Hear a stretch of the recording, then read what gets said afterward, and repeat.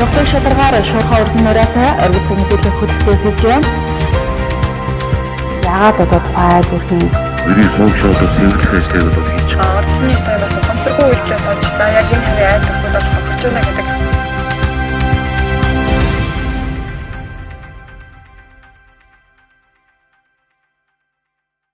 Үзэгч та бүхний оройн амар амгалан айлтгая. Чухлыг шударгаар шуурхах хүргэн урайтай оргил цаг мэдээллийн хөтөлбөрийн 21 цагийн мэдээ эхлэхэд бэлэн боллоо. Өнөөдөр Орхон аймагт болж өнгөрсөн үйл явдлын мэдээлэлд анхаарлаа хандуулна.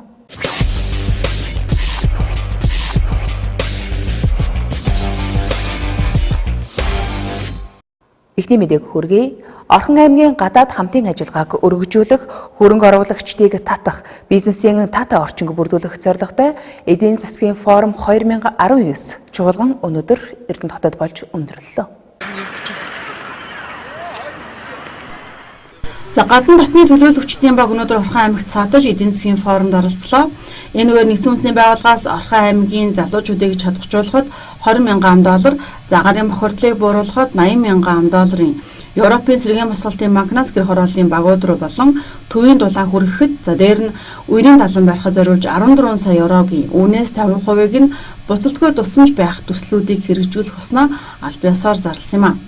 За ерөн форумын гол ач холбогдол нь аймгийн гадаад харилцаа хамт ажиллагааг өргөжүүлэх, бизнес эрхлэгчдэд дэмжих, хөрөнгө оруулалтад боломжийг нэмэгдүүлэх, Орхон аймаг Эрдэнэ хот ногоон доктортой хөгжлийн хэдийн зорилт болон 2025 бодлогын баримтчгээ олон нийтэд танилцуулахад чиглэгдэж байгаагаараа их онцлог гэдгийг Орхон аймгийн Содрах хэлсэн үгэндээ онцлоо. Эдийн засгийн форум 2019-ийг Монгол Улсын засгийн газар тухайлах юм бол үндэсний хөгжлийн газартай хамтарч зохион байгуулж байгаа. За бид бүхэн бас нүүбийн одоо олон улсын байгууллагатайгаа хамтарч ногоон доктортой хөгжлийн бодлогын бичиг баримтаа бас орон нутагт баталсан. За энэ одоо доктортой ногоон хөгжлийн бодлогоо иргэдэд бизнес эрхлэгчтэй, замун гадна дотны хөрөнгө оруулагч нартай бас танилцуулах, цаашлаад одоо бас орон нутагтаа бизнесийн одоо бизнес хийх таатай орчныг бүрдүүлж, за гадна дотны хөрөнгө оруулагчдыг татах зорилготойгоор энэхүү бизнес эдийн засгийн форумыг зохион байгуулж байна. За бид бүхэн 4 чиглэлээр бол одоо томоохон ажлууд хийн. Мэдээж одоо энэ 4 зүйлд бол эдийн засгийн доктортой хөгжил, за ногоон доктортой хөгжил, за засаглалын доктортой хөгжил, за нийгмийн одоо доктортой хөгжил гэсэн 4 чиглэлээр тулгуурласан олон талт арга хэмжээг авч хэрэгжүүлэх гэж байгаа. Үүний үр дүнгээр бид бүхэн бол хүний хөгжлийн тулгуур зарчмуудыг бүрэн хангахыг зорж явж байгаа гэдэг бас энэ томцчлалыг өгч байна. Үүний эхлэл бол өнөөдөр энэхүү эдийн засгийн форум бол явж байна. Тэгэхээр энэ ногоон хөгжлийн хөтөлбөртэй уялдуулсан олон одоо төсөл хөтөлбөрүүдийг энэхүү форумд одоо танилцуулна. За үүнд бас манай гадны хөрөнгө оруулагч нар, за мөн бас одоо дотоодын хөрөнгө оруулагч нар ч гэсэн тодорхой мэдээллүүдийг авч хамтран ажиллах арга ажиллагаанууд бас нэлээх өндөр түвшинд явагдана гэдэг бид бүхэн одоо итгэлтэй байгаагаа илэрхийлье. Стратеги төлөвлөгөө амжилттай хэрэгжихийн нэгдүгээр нууц нь За чуулганаар бусчилсан хөгжлийн бол орон нутгийн хөгжлийн бодлого төлөвлөлт, хүн амын нутагшил суурьшлийн талаар, мөн дээр нь орон нутгийн бизнес эрхлэгчдийг дэмжих талаар олон илтгэл танилцуулгууд хийгдсэн юм а. Дээр нь байгаль орчин, нийгмийн эдийн засаг, засаглалын доктортой хөгжлийн салбар хуралдаанууд болж, салбар хуралдаануудаар нийтдээ 20 гаруй илтгэл төслүүд танилцуулагдлаа. Орхон аймагт өнөөдөр үйл ажиллагаа эрхлэн явуулж байгаа бизнес эрхлэгчдийн тоо 1800-д хүрсэн. Энэ бичил бизнес хийгээд жижиг дунд цөм багтсан тоо зүйлтэй. Тэгэд өнөөдрийн байдлаар албан бусаар 34,000 ажлын байрыг хадгалж 34,000 иргэний ар амьдралыг нуруундаа өөрчилж байгаа юм. Тэдэнд бизнесийн таатай орчин, хөрөнгө оруулалт чухал байна гэдгийг бизнес эрхлэгчид хэлж байна.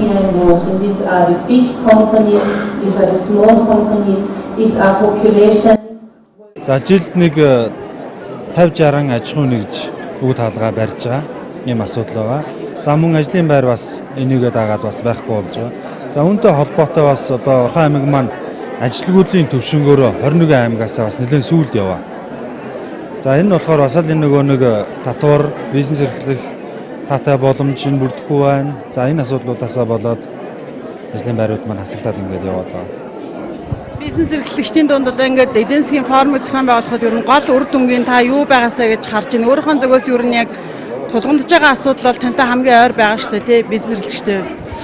За танхимын зүгээс бол 2017 онд болсон одоо эдийн засгийн чуулган байгаа. Энийний үр дүнг одоо бизнес эрхлэгчдэдтэй сайхан танилцуулжаасаа гэж бодож байна. Тэгээд ийм форум зохион байгуулад ийм үр дүн гарсан юм байна. Одоо энэ 19 он зохион байгуулж байгаа форумоор ийм зүйл хэлэлцэгдэх гэж байгаа юм байна гэдэг ийм нэг зарчмын зөрүүгүй ерөнхий ойлголттой болчиход ингээд цаашаа явчихвал энэ бизнес эрхлэгчид маань бас нэг ихтгэл үнэмшилтэй ийм байх болов уу гэсэн ийм бодол байна. Ямар ч байсан бид нар бол бодгоо гаргачихсан. Одоо түүнийг хэрэгжүүлэх гээд бас ингээ бизнес эрхлэгчдээсээ ард иргэдээсээ ингээ бас санал аваад явж байгаа юм байна. За үүнд бол өөрийнхөө саналыг бол оруулж байна. Ер нь бол альва одоо бизнесийн орчинд бол өөрөө татврын зохицуулт өөрөө маш чухал байдаг. Татврыг бол бид нар зөвхөн авах биш, тийм ээ. Бас эргээд төр өөрөө тэр татврынхаа авсан татвараас эргүүлээд өгдөг болоосоо гэж тэр санаагаа бол би сая хэллээ. Яагаад гэвэл татврын одоо маш олон өөрөө урамшуул байдаг, хөнгөлөлт байдаг, дээрээс нь татвар өөрөөс хамгаалт болж байдаг. Яг зайлшгүй шаардлагатай үед татвар өөрөө бас тодорхой одоо бизнест бас хаалт бас өгч байдаг. Энэ өөрөө ямар утгаар хэлж байна гэвэл орон нутгийн бизнесийг дэмжихийн тулд тэр өөрөө татврын бол хаалт өөрөө бий байж аж тэр бусад одоо улс орноос юм уу бусад орон нутгаас орж иж байгаа бизнес дээр өөрөө тэр хаалт өөрөө болж өгдөг. Энэ өөрөө юу гэвэл татврынхаа ерөөсө хуваар гарч байдаг. Жишээл Улаанбаатарын компани өнөөдөр Эрдэнэт орж ирээд борлуулалт хийчихэд орлогоо аваад явчихж байна. Тэгвэл өнөөдөр нөөтийн татвар 10% байдаг бол тэр Улаанбаатарын компани Эрдэнэтэд ирж борлуулалт хийснээрээ тэр нэмүү дахиад орон нутгийн 10% дахиад төлөгч байдаг юм уу те. Ийм нэмүү одоо тийм татврын татвар төлснөөр одоо энэ өөрөө хаалт гэж яриад байгаа. Ингэжээч энэ өөрөө орон нутгийн бизнесийг хамгаалнаа. Тэгээ яг дөрвөн чиглэлээр байгаль орчин, эрүүл мэнд, дэд үтс ингээд дөрвөн чиглэлээр юу юм бэ лээ. Хэлцүүлэхтэй юм байна л. Тэгээ би өөрөө байгаль орчны мэргэжилтэй хүн. Тийм учраас одоо энэ байгаль орчны чиглэлээр энэ эдийн засгийн форум дээр ямар асуудал хэлцэх нь вэ? Энэ хэлцэж байгаа асуудлууд маань одоо орон нутагт тэр өрөвгөөчтэй, тохиромжтой ийм одоо хэлцүүлэг болох нь вэ? Энийг эхлээд бид судалж үзнэ. За тэгээд эндээс гарч байгаа одоо энэ эдийн засгийн форумоос гарч байгаа илтгэлүүдээс энд одоо хэрэгжиж байгаа энэ төсөл хөтөлбөрүүдээс одоо Булган аймагт хэрэгжиж болох төсөл хөтөлбөрүүд байна уу? Манай орон нутагт зохирох нь уу? Дээр нь Орхон аймаг, Булган аймаг хоёр бол хамт ийм хөршин аймгаа. Тэгэхээр энийг одоо хамтраад ийгээд биендээ одоо харилцсан шүтэлцээтэй ингээд хөгжүүлээд явуулчих юм боломжтой төсөл хөтөлбөр болоод ийм шийдлүүд байна уу гэдгийг л олж харах гэж ингэж явж байгаа. Бүх аймгаар хэлцүүлсний дараа эцэлж одоо дахиж танилцуулнаа гэдэг. 2 жил тусам зохион байгуулагддаг тус чуулганаас гарах үр дүн чухал бөгөөд өнгөрсөн хугацаанд эдийн засгийн форум дээр хөндөгдсөн тусгацсан ажлууд өр өгөөж өгөх нь чухал гэдгийг бизнес эрхлэгчид дуунигтээ хэлж байна. Тэд Эрдэнэтэд үйл ажиллагаа явуулж байгаа бизнес эрхлэгчдэд таатай орчныг бий болгохын тулд хөрөнгө оруулалт, зах зээл хэрэгтэйг онцолж байна. Чуулганы үр дүнд хэд хэдэн өөрчлөлтүүд хийгдэнэ гэдгийг Орхон аймгийн садрах хэлсэн үгэнд онцлсан.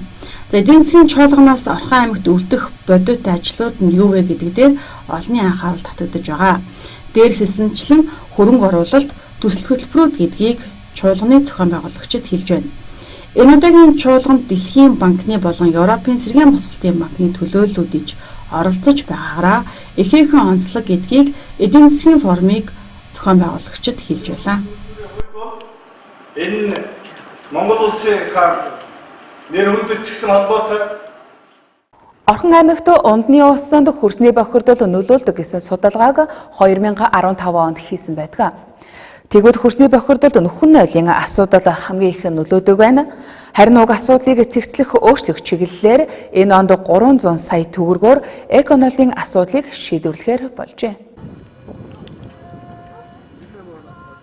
Хүний хэрэглээний юм бүхэн ухаалагдж боловсронгуй болж буй өнөөгийн нийгэмд ганц зүйл хөгжөөгөө өнөөдрийг хүрсэн нь нөхөн нойл юм. Манай аймгийн нийт иргэдийн 65% нь гэр хороололд амьдардаг.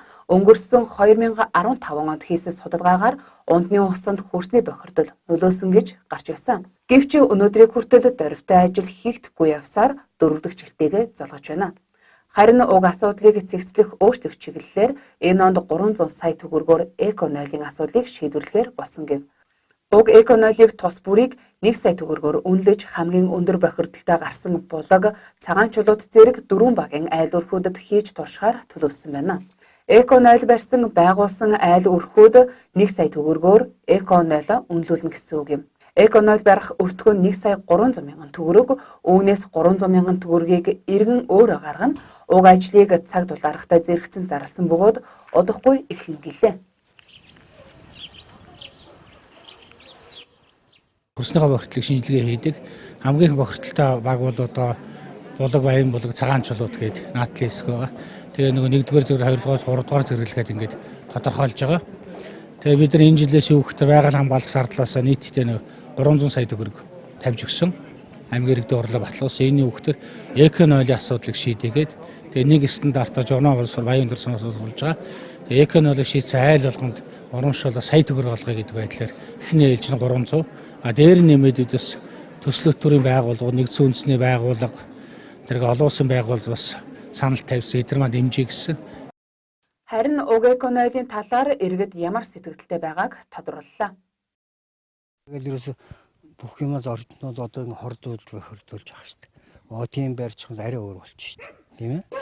Тэгэл ариутгалаар одоо их юм дээ. Тэгээд одоо ариуцлаа шингийн юу гэдэг тэр шингийн марна.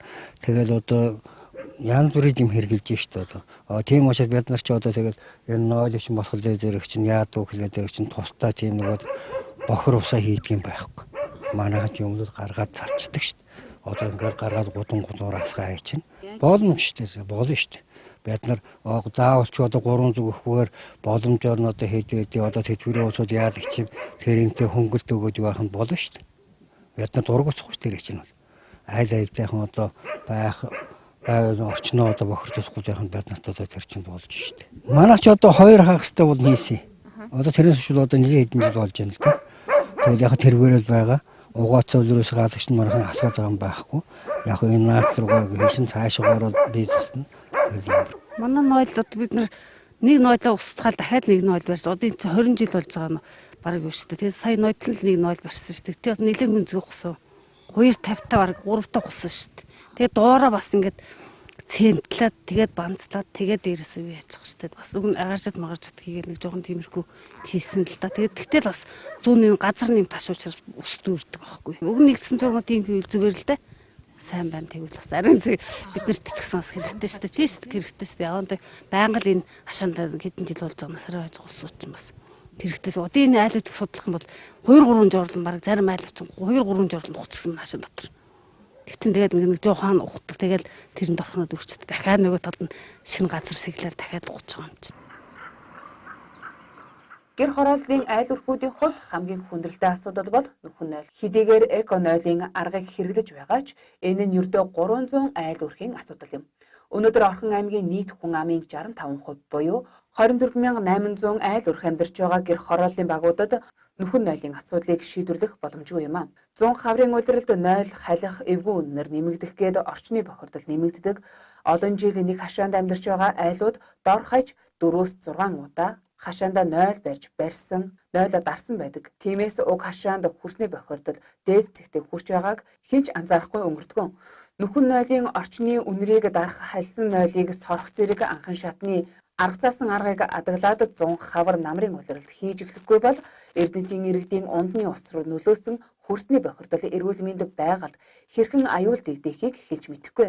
Ямар ч тач энэ жил эконойл барих ажил эхлэж эхний ээлжинд 300 айлын нөхөн нойлын асуудал шийдэгдэх нэ. Харин ундны усны бохирдлын асуудлыг яах ёстой вэ? Үнэхээр хүрсний бохирдол ундны усанд нөлөөсөн үү? Нөлөөсөн бол бид бохирдсон ус хэрэглэж байгаа юу? Уг асуултанд албаны хүнээс тодрууллаа. Манайх бол Мохс онцлог аймаг. Ягаад гэвэл усаа бол хэрэглэгийн усыг 60 км-с татдаг. Манай гох хангадаг. За ингээд гох манай хоёрын хооронд маргаан байдаг. Усны алдагдлгээд гохт мөнгө төлдөг асуудал. Энийг шийдэхэд бол өнгөрсөн жил бид байгаль хамгаалалт зардлаас 150 сая төгрөг тавьж өгөөд усны тоолрын асуудлыг шийдсэн. Орж байгаа гарч байгаа дээр нь тоолрыг шийдэж байгаа. Тэгээ одоо байж байгаа дээр нэмээд одоо нэг хардлага байдаг шүү дээ. Гох болох дээр ингээд хамаг юм бохирдуулдаг гэдэг. За тэгээд шинжилгээ ихтер зүгээр гардаг. За иргэд болох дээр ингээд болохгүй байна гэдэг. Энэ асуудлыг шийдэхэд бол бид нар усны бохирдол дээр 6 цагээс 4 лаборатори, 1 цагээс нэг өдөр дээж авсан. Тэгээд манай мэрэгжлийн амралтын газрын лаборатори, технологийн парк, юуныхан, коокийнхан гээд ингээд дөрвөн цэгээс дээж аваад үзэхэд бол ер нь бохирдол бол бага зэргийн бохирдолтой байна гэсэн гарч байгаа. Энэ чиглэлээр бол сая Хайбой гээд Солонгосын компани бол цэвэрлэх байгууламжийг барья гэдэг асуудал дээр эсэх дарахтай тохиролцоод дээр нь нэмээд бас цагаан тосог боруулагчаар хамтарч ажиллая гэдэг дээр санамжиг байгуулад явж байгаа. Ийм ажлууд бол хийгдэж явж байгаа.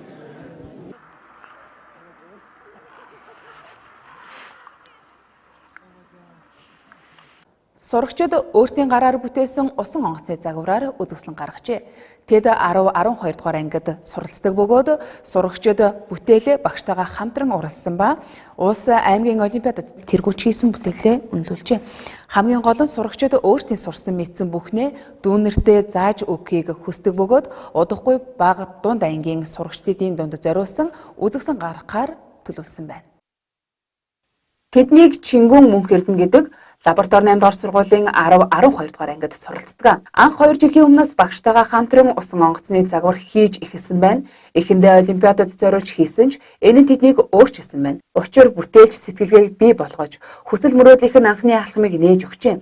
Хөвгүүд усан онгоцны загварыг мод болон төмөр, зис, гуйл ашиглан бүтээсэн байна. Багшийнхаа гаргаж өгсөн загвар дээр хүүхдүүд 1 сар шахуу ажиллаж хөдөлгөөртөө асаж унтрах төхөөрөмж бүхий загварын онгоцыг бий болгожээ. Ган төмрийн хувьд энэ жил сургуулаа төгсөж байгаа ч бага дунд ангийн дүүнартаа сурсан мэдснээ зааж сургах хүсэлтэй гэлээ. Эдгээр тэгээд модоор хийдэг бүгдийг гар хийсэн.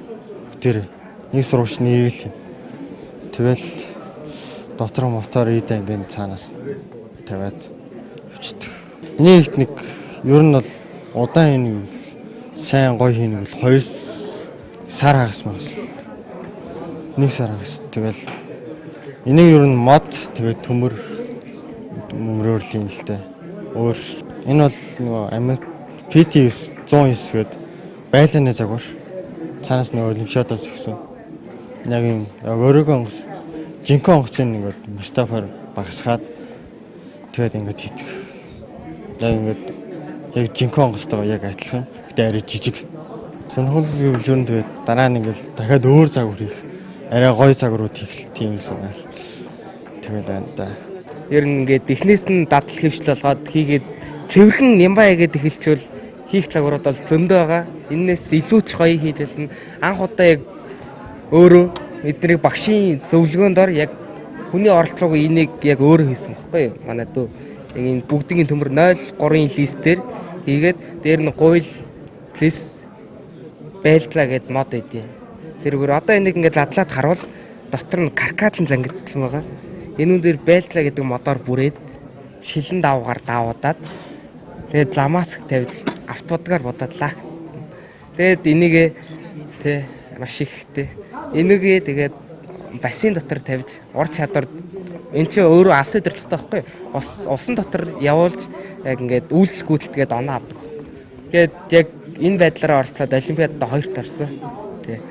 Энэ загваруудыг ч гэсэн яг тийм байдлаар хийсэн. Энэ хоёр аймагта төрүүлээд улсын олимпиад явж ирсэн нэг байхгүй. Мөрөөдөл зорилго гэвэл одоо би төгсөө явах хэмтэн. Намайг ерөөхдөө жоохон байхад иймэрдүү техник электроник ерөөхдөө хөгжөөгүй байсан энэ салбар. Тэгээ одоо л яг ингээ би том болоод гэх юм уу. Ингээ судлаад ойлгоод ирэхэд одоо би яг өөрийнхөө төлөө биш. Одоо энэ Эрдэнэтийн аймгийн хүүхдүүдийн төлөө л явъя гэсэн бодолтой байгаа. Яг миний яг над шиг хүсэл мөрөөдөлтэй жоох хүүхдүүд бол маш олон байгаа. Энэ хүүхдүүдийг би урам зориг өгж тэ. Одоо надад нэг дэмжих нэг тийм бодол бол байгаа. Тэрүүгээрээ одохгүй би нэг юм хийгээд хүүхдүүдэд одоо тэр жоох хүүхдүүдийг цааш нь ингээд багаас нь электроник дуртай болохын тулд би нэг тийм жижигхэн бүтээлүүд хийж байгаа байхгүй.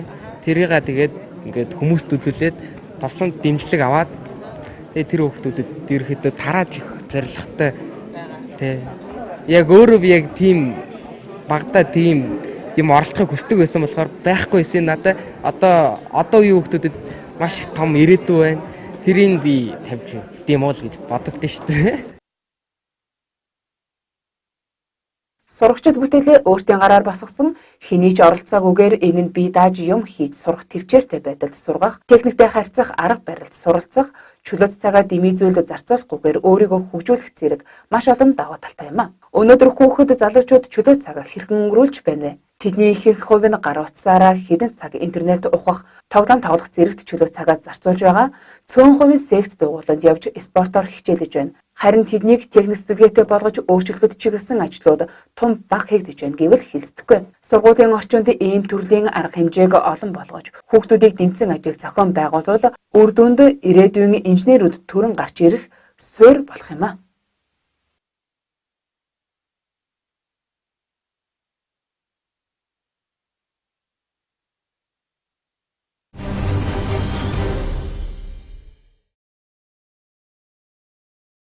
Дэлхийн чанартай брендийг Эрдэнэт хотдоо албан ёсоор борлуулдаг Нарангийн салбар дэлгүүрт Америк хүнсний бүтээгдэхүүн худалдаалагдаж эхэллээ.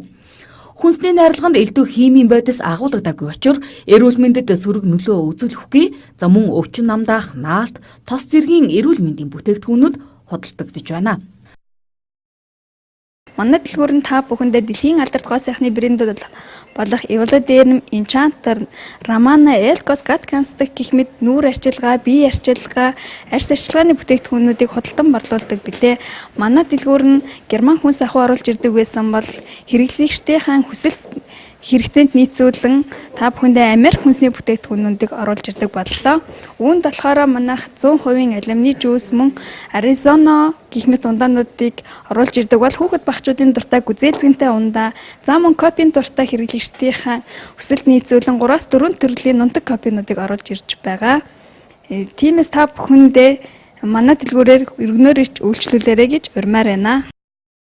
За мөн Герман улсаас оруулж ирдэг хүнсний бүтээгдэхүүн төрлөө ариун болгож амтд шоколад, цэвэр хар кофе, самартай гаата, үрлэн чихэр, жигнэмэг, уушиг, бөөр, ходоод, ханиадны эрүүл мэндийн цайнуудыг худалдаалж байна. Хамгийн чанартай хүнсний бүтээгдэхүүнийг та Нарангийн албан ёсны борлуулагч дэлгүүрээс худалдаа аваарай. Хаяг чөлөөт уран бүтээлийн NBHT телевизийн үүдэнд байрлаж байна. Техник сэтгэлдэн үлдээх дурсамж бэлгийн карт. Өнөөдрийн амьдралын хамгийн тод дурсамж гэрэл зурагтай мөнхрөн утсан байдаг. Зураг хэмээх нандин дурсамжийг гэрэл зургийн хаснаа буулган үйлчилдэг Макс Фото студ ээлжид шинэ үйлчилгээгээ та бүхэнд танилцуулж байна. Таны хайртай дотны хүний төрсөн өдрийн баяр тэмдэглэлт өдрүүд болоод та ямар бэлэг сонгох мэдэхгүй байгаа бол Макс Фото студийн дурсамж бэлгийн картыг сонгоорой. Та болон таны хайртай хүнд гэрэл сүүдэр шинэлэг санааг дэвшүүлсэн хамгийн гайхалтай гэрэл зургийг толдон буулгаж бид бэлгэлэх болно. Бэлэг бэлгийн дээд дурсамж бэлгийн картыг нандин дурсамжаа хадгалан үлдээх хүсэлтэй үйлчлэгч танд зориулан бүтээв. Манай хаяг номын телевизийн байр Макс Фото студ. Эрхэмсэх гоо сайхныг сэтгэлдэн үлдээх дурсамж бэлгийн карт. Чухлыг шударгаар шургах хүргэн урайтай оргил цаг мэдээллийн хөтөлбөрийн 21 цагийн мэдээ өндөрлөж байна. Мэдээллийн хөтөлбөрт анхаарлаа хандуулсан үзэгч танд баярлалаа. Мэдээллийн хөтөлбөрийн төгсгөлд ус цагуур орчин шинжилгээний газраас ирүүлсэн хоногийн цаг агаарын мэдээг хүргэе.